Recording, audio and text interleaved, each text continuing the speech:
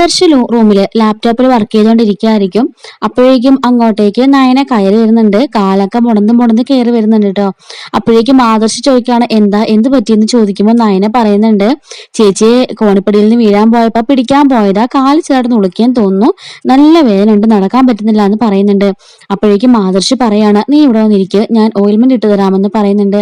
അങ്ങനെ നയന കട്ടിലായിട്ട് ഇരിക്കുമ്പോഴേക്കും ആദർശ് ഓയിൽമെന്റ് എടുക്കാണ്. കാല് നീ ഇങ്ങോട്ടേക്ക് പൊക്കി വെക്കാന്ന് പറഞ്ഞിട്ട് കാല് അവന്റെ അടുക്കലേക്ക് പൊക്കി വെക്കുന്നുണ്ട്. എന്നിട്ട് ആദർശ് ഓയിൽമെന്റ് എടുത്ത് അവളുടെ കാലില് തിരുമ്മി കൊടുക്കാണ്. ഞാൻ തിരുമിയാൽ മാത്രം മതി, വേദന പെട്ടെന്ന് മാറിക്കോളും, പെട്ടെന്ന് സ്ട്രെയിൻ ചെയ്തതല്ലേ, അതുകൊണ്ടായിരിക്കും എന്നും പറഞ്ഞിട്ട് ആദർശ് തന്നെ നയനയുടെ കാലില് ആ ഒരു ഓയിൽമെന്റ് തേച്ച് കൊടുക്കുന്നുണ്ട്. അങ്ങനെ ആദർശ് ഈ ഓയിൽമെന്റ് തേച്ച് കൊടുക്കുന്നത് നയന വളരെ ആഗ്രഹത്തോടെയും ഇഷ്ടത്തോടെയും ആസ്വദിച്ചുകൊണ്ടിരിക്കുന്നുണ്ട് കേട്ടോ. അപ്പോഴേക്കും അതുവഴി പോയ മുത്തശ്ശിയും ആ കാഴ്ച കണ്ട് ഒന്ന് നോക്കി നിൽക്കുകയാണ് ഒരു സെക്കൻഡ്. എന്നിട്ട് അവർ പരസ്പരം നോക്കി ചിരിക്കുന്നുണ്ട്. നയനയും ആദർശ് ഈ ചെയ്യുന്നത് കണ്ട് ഒരുപാട് സന്തോഷത്തോടെ തന്നെ ചിരിച്ചുകൊണ്ട് നിൽക്കാണ്. അങ്ങനെ മുത്തശ്ശിയോടെ നിൽക്കുന്നത് നയനെ കാണുന്നുണ്ട് കേട്ടോ. എന്നിട്ട് അപ്പോഴേക്കും അവരവിടെ നിന്ന് പോകുന്നുണ്ട്. നയന മനസ്സിലോർക്കാണ്, ഓഹോ അപ്പൊ അതായിരുന്നല്ലേ കാര്യം, മുത്തശ്ശിയും വന്ന് നോക്കി നിന്നോണ്ടായിരുന്നല്ലേ ഇതുപോലൊക്കെ ചെയ്തു തന്നത്. ഞാനും കരുതി മനസ്സിൽ തട്ടിയാണെന്ന്. ഇതൊക്കെ ആത്മാർത്ഥമായിട്ടായിരുന്നെങ്കിൽ എന്തുമാത്രം സന്തോഷമുണ്ടായിരുന്നേനെ. ഇതിപ്പം ആർക്കാനും വേണ്ടി കാണിക്കാൻ നിൽക്കുകയല്ലേ, മുത്തശ്ശിയും കാണിക്കാനിട്ടാണല്ലോ ഇതൊക്കെയെന്ന് പറയാണ്.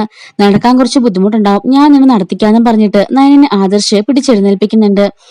ഞാൻ നിന്നെ നടത്തിക്കാന്നും പറഞ്ഞിട്ട് ആദർശ് കയ്യിൽ പിടിച്ച് നയനെ നടത്തിക്കുന്നുണ്ട്. നയനയാണേലും ഇപ്പൊ ചെറിയൊരു ആശ്വാസമുണ്ടെന്ന് പറയാണ്. ആദർശ് സാരയില്ല, ഞാൻ നിന്നെ നടത്തിക്കാന്നും പറഞ്ഞിട്ട് നയനെ പതിയെ അവിടെ നിന്ന് നടത്തിച്ചുകൊണ്ടിരിക്കുകയാണ്. നയനെ പറയുന്നുണ്ട്, ഓരോരുത്തരുടെ ഉള്ളിലുള്ള സ്നേഹമൊക്കെ സത്യമായിരുന്നെങ്കിൽ എന്ത് രസമായിരുന്നല്ലേ, പക്ഷെ ഓരോ പെൺകുട്ടികളും ഇപ്പൊ പീഡിപ്പിക്കപ്പെടുകയും ചോദിക്കുമ്പോൾ ആദർശ് ചോദിക്കാണ്, നിനക്ക് എന്താ പറ്റിയേ, നീ രാവിലെ മുതൽ ഇത് തന്നെയാണല്ലോ പറഞ്ഞുകൊണ്ടിരിക്കുന്നത്, എന്താ ശരിക്കും സംഭവിച്ചേ? നയനെ പറയുന്നുണ്ട്, ഒന്നും സംഭവിച്ചിട്ടില്ല, ഓരോ പെൺകുട്ടികളുടെ മനസ്സിനുള്ളിൽ നീറുന്ന വേദനകളാ. അവരുടെ ഭർത്താവും അമ്മായിമ്മയൊക്കെ അവരുടെ മനസ്സിൽ തീകോരിടുകയാണല്ലോ ചെയ്യുന്നത്. അവർക്ക് സ്നേഹത്തോടെ സംസാരിച്ചെന്നെങ്കിൽ എന്ത് രസമായിരുന്നേ, ഓരോ പെൺകുട്ടിക്കും ഒരിക്കലും കരയേണ്ടി വരികയില്ലായിരുന്നു. അത് മാത്രമല്ല ആദർശത്തിന് അഭിനയം സൂപ്പറായിട്ടുണ്ട്, വല്ല സിനിമയിലും പോകാൻ മേലായിരുന്നു ചോദിക്കുമ്പോൾ ആദർശ് പറയാണ്, പരസ്യത്തിൽ പോലും ഞാൻ അഭിനയിച്ചിട്ടില്ല, പിന്നല്ലേ സിനിമയില്, പിന്നെ നിനക്ക് അഭിനയിക്കാൻ നന്നായിട്ട് വശമുണ്ടല്ലോ എന്ന് പറയുമ്പോൾ നയന പറയാണ്, പിന്നല്ലാതെ അഭിനയിച്ചല്ലാതെ ജീവിക്കാൻ പറ്റുമോ, പ്രത്യേകിച്ച് ഭർത്താവിനും അമ്മായിമ്മയ്ക്കും ഇഷ്ടമില്ലാതെ വന്ന് കയറിയൊരു പെൺകുട്ടിയാകുമ്പം അവളുടെ ജീവിതത്തിൽ ഒരുപാട് അഭിനയിക്കേണ്ടിയും കഷ്ടപ്പെടുകയൊക്കെ വേണ്ടിവരും എന്നൊക്കെ പറഞ്ഞിട്ട് നയൻ അവിടുന്ന് പതിയെ പോകുന്നുണ്ട്.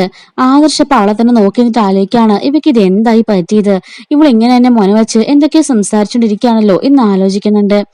പിന്നീട് കാണിക്കുന്നത് നന്ദു ഇങ്ങനെ ഒരു കുളിക്കടവില് അവരെ വെയിറ്റ് ചെയ്ത് നിൽക്കാനട്ടോ.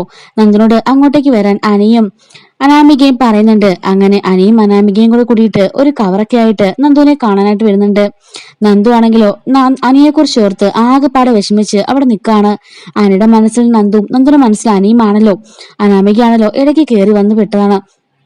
അങ്ങനെ നന്ദു ഇങ്ങനെ ആലോചിച്ചുകൊണ്ട് നിൽക്കുന്നുണ്ട് അനിയെ കുറിച്ചൊക്കെ. അപ്പോഴേക്കും നന്ദു വിളിച്ചോണ്ട് അനാമിക അങ്ങോട്ടേക്ക് വരികയാണ്. നന്ദുവിനെ കാണുമ്പോൾ നന്ദുവിനോട് പറയാണ്, ബോറടിച്ച് മടുത്തോ നന്ദു എന്ന് ചോദിക്കുമ്പോ ഇല്ല എന്ന് പറയുന്നു. പിന്നെ ഇതാ നിനക്ക് ഒരു ഗിഫ്റ്റ് ഞാൻ മേടിച്ചു എന്ന് പറയുമ്പോൾ, ഗിഫ്റ്റോ എനിക്കോ, അതെന്തിനാ ഗിഫ്റ്റ് എന്ന് ചോദിക്കുമ്പോൾ, ഞാൻ അനിയെ കണ്ടുമുട്ടാൻ കാരണമായത് നന്ദു എല്ലാം ചോദിക്കുമ്പോൾ, ഞാനെങ്ങനെ കണ്ടുമുട്ടാൻ കാരണമായി ചോദിക്കാണ്.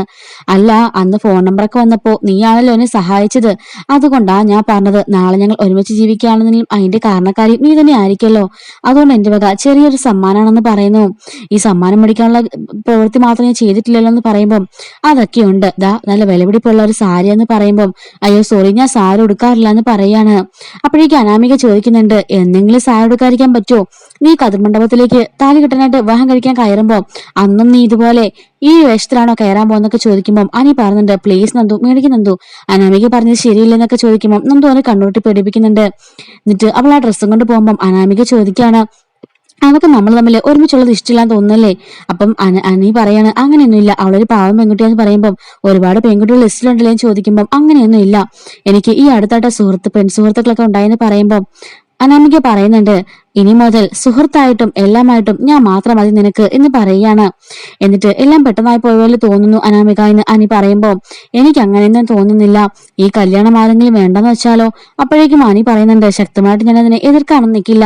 അപ്പൊ അനാമിക പറയാണ്, ഞാൻ എതിർക്കാൻ നിൽക്കും, നിന്നെ കാണുന്നതിന് മുമ്പ് തന്നെ നീ എനിക്കാണെന്ന് ഞാൻ ഉറപ്പിച്ചതാ, അതുകൊണ്ട് ഞാൻ അങ്ങനെ തന്നെ പ്രതികരിക്കുള്ളൂ എന്നും പറഞ്ഞിട്ട് അനാമിക നമുക്ക് ഫുഡ് കഴിക്കാൻ പോകാന്നും പറഞ്ഞിട്ട് അവനെയും കൂട്ടി പോകുന്നുണ്ട്.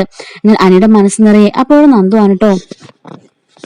നയന പൂജാമുറിൽ പ്രാർത്ഥിച്ചുകൊണ്ട് നിൽക്കാണ്. ഈശ്വര, അന്ന് ആ ചീട്ട് എഴുതിയത് ആരും വായിക്കാൻ പാടില്ല എന്ന് മുത്തശ്ശി പറഞ്ഞത് അതും കേൾക്കാതെ ഞാൻ വായിച്ചുള്ള ശിക്ഷയാണോ എനിക്ക് നൽകിയത്? എനിക്ക് സന്തോഷിക്കാനുള്ള എന്തെങ്കിലും ആയിരിക്കും അതിലെന്ന് കരുതിയിട്ടാ ഞാൻ വായിച്ചത്. ഇതാരും അറിഞ്ഞെങ്കിൽ ഞാൻ വായിക്കില്ലായിരുന്നു. എന്തിനാ ഈശ്വര ഇങ്ങനെ പരീക്ഷണം? എനിക്ക് വേറെ ഒന്നും വേണ്ട. ഈ കൊട്ടാരമൂല വീട്ടിലെ സർവ്വ ജോലികൾ ഞാൻ ചെയ്തോളാം. എന്റെ ഭർത്താവിന് എന്നോട് ശകലം സ്നേഹം മാത്രം മതി, ഞാൻ ഭാര്യയാണെന്ന് ഒരു തോന്നൽ മാത്രം മതി എന്നൊക്കെ പറഞ്ഞ് നായോടെ കരഞ്ഞുകൊണ്ടിരിക്കുകയാണ്. നവ്യാണെങ്കിലോ രാജസിംഹാസനത്തിലിരിക്കുന്നത് പോലെ ഹാളിൽ ഇരിക്കുമ്പം കനകവും ഗോവിന്ദനും കൂടി ഓടി പിടിച്ചു വരുന്നുണ്ട് കേട്ടോ. അപ്പോഴേക്കും നവ്യ ഇവരെന്തിനാ എങ്ങോട്ട് വന്നേ എന്ന് ആലോചിക്കുന്നു. മോക്ക് എങ്ങനെയുണ്ടെന്ന് പറഞ്ഞിട്ട് അവൾ ഓടി വരുമ്പോഴേക്കും നവ്യ പറയാണ്, എനിക്കൊന്നുമില്ല, പഠിക്കിട്ടുന്ന ചെറുതാണെന്ന് സ്ലിപ്പ് ആയതേ ഉള്ളൂ, അതിനാണ് രണ്ടുപേരുടെ ഇങ്ങനെ ഓടിപ്പിടിച്ചിങ്ങോട്ട് വന്നേക്കുന്നേ, എന്തേലും കാര്യം ഉണ്ടെന്ന് അറിഞ്ഞാൽ മതി, അപ്പൊ തന്നെ ഇങ്ങോട്ട് ഓടി വന്നോളും, ഒന്ന് ഫോണിൽ വിളിച്ച് ചോദിച്ചാൽ പോരാണെന്ന് ചോദിക്കുമ്പോൾ കനകം പറയാണ്, മോളെ ഈ സമയത്ത് നിനക്ക് വയ്യാതിരിക്കല്ലേ, അതുകൊണ്ടാണ് ഞങ്ങൾ വന്നത്, അല്ലാതെ വേറൊന്നും കൊണ്ടല്ല. അപ്പോഴേക്കും അവളായിരിക്കും വിളിച്ചു പറഞ്ഞതല്ലേ എന്നിങ്ങനെ ചോദിച്ച് നവ്യ ദേഷ്യപ്പെടുന്നുണ്ട്. കനകൻ ചോദിക്കാണ്, ഞങ്ങൾ വന്ന് നിനക്ക് അത്രമാത്രം ബുദ്ധിമുട്ടായെന്ന് ചോദിക്കുമ്പം എനിക്കല്ല ബുദ്ധിമുട്ട്, ഇവിടെ ഉള്ളവർക്ക് ബുദ്ധിമുട്ടാവാൻ പോകുന്നേ എന്നൊക്കെ പറയുന്നുണ്ട്. അപ്പോഴേക്കും നയന പറയാണ്, ഞാനൊന്നും വിളിച്ച് പറഞ്ഞിട്ടില്ല ചേച്ചിനെ അങ്ങനൊന്നും പറഞ്ഞാന്ന് പറയുമ്പോഴേക്കും ജലജ അങ്ങോട്ടേക്ക് വരുന്നുണ്ട്. ആഹാ വന്നല്ലോ, ഇന്നും അപ്പോൾ നന്ദാവനത്തില് അടുപ്പ് പുകയില്ല അല്ലേ, എന്തെങ്കിലും ഉണ്ടെന്ന് കേട്ട ഉടനെ ഓടി പിടിച്ചിങ്ങോട്ട് വരും അല്ലേ എന്നൊക്കെ ചോദിച്ച് അവർ അപമാനിക്കുമ്പോഴേക്കും നയന പറയാണ്, ദേ ജലജപ്പച്ചി, പലതവണ ഞാൻ പറഞ്ഞിട്ടുണ്ട് എന്റെ അമ്മയും അച്ഛനും ഇങ്ങനെ അപമാനിക്കരുതെന്ന്, ഞങ്ങളെ ഒന്നും ഇല്ലാത്തടത്തൊന്നും വന്നവരൊന്നുമല്ല, ഞങ്ങൾക്ക് കഴിക്കാനൊക്കെ ആവശ്യമുള്ളത് ഞങ്ങൾ വീട്ടിൽ തന്നെയുണ്ട്, കൊട്ടാരം പോലൊരു വീടില്ലെന്നേ ഉള്ളൂ എന്നൊക്കെ പറയുന്നുണ്ട്. അപ്പോഴേക്കും മുത്തശ്ശി അങ്ങോട്ടേക്ക് വന്നിട്ട് പറയാണ്, ഞാനാ കനകത്തിനെ വിളിച്ചു പറഞ്ഞത്, എന്താ അതിന് വലിയ പ്രശ്നമുണ്ടോ എന്ന് നവ്യോട് ചോദിക്കുകയാണ്. നിന്റെ കാര്യങ്ങൾ നിന്റെ അമ്മയോടല്ലാതെ വേറെ ആരുടെങ്കിലും പറയേണ്ട ആവശ്യമുണ്ടോ എന്നൊക്കെ ചോദിച്ചിട്ട് നവ്യനെ വഴക്ക് പറയാണ്. അപ്പോഴേക്കും ആദർശ് വന്നിട്ട് ജലജയോട് പറയുന്നുണ്ട്, ആവശ്യമില്ലാതെ ഞാനൊരു അമ്മേനെയും അച്ഛനെയും ഇനി മേലാൽ പഴിചാരാൻ നിൽക്കരുത്, അവരെ കുറ്റവും പറയാൻ നിൽക്കണ്ട എന്നൊക്കെ പറയുമ്പോഴേക്കും ജലജ പറയുന്നുണ്ട്, ഞാനിതിന് മോശമായിട്ടൊന്നും പറഞ്ഞില്ല ചോദിക്കുമ്പോൾ ഒന്നും പറയണ്ടെന്ന് പറഞ്ഞിട്ട് ആദർശ് ദേഷ്യപ്പെടുകയാണ്. അപ്പോഴേക്കും മുത്തശ്ശി പറയുന്നുണ്ട്, ഞാനൊരു കാര്യം അങ്ങോട്ടേക്ക് ചോദിക്കാനാ വരാൻ പറഞ്ഞത്, കനകത്തിനോട് നവ്യനെ നോക്കാനായിട്ട് ഒരു ഹോം നേഴ്സിനെ വെക്കാൻ തീരുമാനിക്കുകയായിരുന്നു, പക്ഷെ ഹോം നേഴ്സ് ഒന്നും വേണ്ടെന്നാണ് നവ്യ പറഞ്ഞത്, അതിലും നല്ലതല്ലേ കനകം തന്നെ കൂട്ടു നിൽക്കുമെന്നാ എനിക്ക് തോന്നിയെന്ന് പറയുമ്പോഴേക്കും കനകം ഒയ്യോ അതൊന്നും പറ്റില്ല എന്ന് പറയുമ്പോഴേക്കും ഗോവിന്ദനോട് ഗോവിന്ദേട്ട ഇങ്ങനെ വന്നേന്ന് പറഞ്ഞിട്ട് ആലോചിക്കാനായിട്ട് ഗോവിന്ദനെ കൂട്ടി പുറത്തേക്ക് പോവാണ്. ഗോവിന്ദേട്ട അവർ പറഞ്ഞത് കേട്ടില്ലേ, എന്നോട് കൂടെ നിൽക്കാൻ അതൊന്നും ശരിയാവില്ല ഗോവിന്ദേട്ട, ജയിലിൽ അടയ്ക്കപ്പെട്ടതുപോലെ ആവുമെന്ന് പറയുമ്പോൾ ഇത്രയും പേരില്ല ഇവിടെ എന്നൊക്കെ ചോദിക്കാണ് കേട്ടോ അവന്.